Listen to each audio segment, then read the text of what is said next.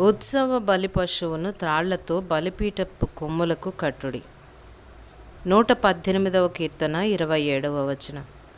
ఈ బలిపీఠం నిన్ను పిలవడం లేదా? మన సమర్పణ జీవితం నుండి వెనక్కి తూలడానికి వీలు లేకుండా మనల్ని కూడా దానికి కట్టేయాలని మనం కోరొద్దా? బ్రతుకంతా రంగుల స్వప్నంలా అనిపించిన సమయాలు ఉన్నాయి కదా. అప్పుడు మనం సిలువను కోరుకున్నాం. మరికొన్నిసార్లు ఆకాశం మబ్బులు కమ్మితే వెనక్కి తగ్గడానికి ప్రయత్నిస్తాం. అందుకే తాడుతో మనల్ని మనం బలిపీఠానికి కట్టేసుకోవడం మంచిది. ఓ పరిశుద్ధాత్మ దేవా, మమ్మల్ని కట్టేయి. సిలువంటే ఇష్టాన్ని పుట్టించు, దాన్ని వదిలి వెళ్ళనీయకు. విమోచన అనే తొగరు త్రాటితో, ప్రేమ అనే బంగారు గొలుసుతో, నిరీక్షణ అనే వెండి త్రాడుతో దాని నుండి తొలగిపోకుండా కట్టేయి. మా ప్రభువు పడిన శ్రమ ఆవేదనల్లో పాలు పొందడం తప్ప మరేమీ కోరుకోకుండేలా కట్టేయి. బలిపీఠపు కొమ్ములు నిన్ను ఆహ్వానిస్తున్నాయి. వస్తావా? నీకంటూ ఏదీ కోరుకోని దీన మనస్సుతో నిన్ను నీవే పూర్తిగా దేవునికి సమర్పించుకుంటావా? ఒక సోదరుడు ఒక ఉజ్జీవ సభలో దేవునికి తను తాను సమర్పించుకుంటున్నాడు. ప్రతిరోజు ముందుకు వచ్చి తన పాపాలను ఒప్పుకొని పరిశుద్ధుడుగా అవుతున్నాడు.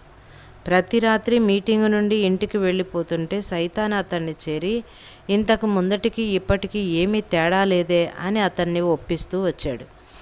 అలా చాలాసార్లు శత్రువు అతన్ని వెనక్కిలాగాడు. చివరికి ఒక రోజున అతడు తనతో పాటు ఒక పెద్ద కొయ్య ముక్కను తెచ్చుకున్నాడు. ప్రసంగ వేదిక దగ్గరికి వెళ్ళి పరిశుద్ధుడైన తరువాత తాను మోకరించిన చోట ఆ కొయ్య మొక్కను లోతుగా నాటాడు. ఇంటికి వెళ్ళిపోతూ ఉంటే ఎప్పటిలాగానే సైతాను వచ్చి ఇదంతా బూటకమే అని మళ్ళీ ఒప్పించడానికి ప్రయత్నించాడు. వెంటనే అతడు గబగబా ఆ కొయ్య మొక్క దగ్గరికి తిరిగి వెళ్ళి, ఇదిగో సాతానా, ఈ కొయ్యను చూసావు కదా, దేవుడు నన్ను నిత్యత్వంలోకి అంగీకరించాడనడానికి ఇదే నీకు సాక్ష్యం అన్నాడు. వెంటనే సైతాను అతన్ని విడిచిపోయాడు. ఇక ఆ విషయంలో అతనికి ఎప్పుడూ అనుమానం రాలేదు. నీ సమర్పణ గురించి నీకు ఎప్పుడైనా సందేహాలు కలిగితే ఎక్కడైనా ఒక గుంజను పాతి, ఇది నీకు నీ దేవునికి కావాలంటే సైతానుకు కూడా సాక్షిగా ఇక ఎన్నటికీ ఆ ప్రశ్న రాకుండా ఉండేలా నియమించు. దీవెన కోసం వెతుకుతున్నావా? సరైన సమయంలో చల్లని మాట విను. రక్షణ కోసం రాత్రింబవళ్ళు ప్రార్థిస్తున్నావా? పెనుగులాట మాని ప్రేమతో నమ్ము. ప్రార్థనకి తగిన ఫలితం దొరకడం లేదా? ప్రార్థనల్ని వెంటనే హల్లెలూయా పాటలుగా మార్చు. సాహసించి నీ సర్వం దేవునికి సమర్పించేదాకా చూడలేవు ఆ చల్లని నిండుదనం.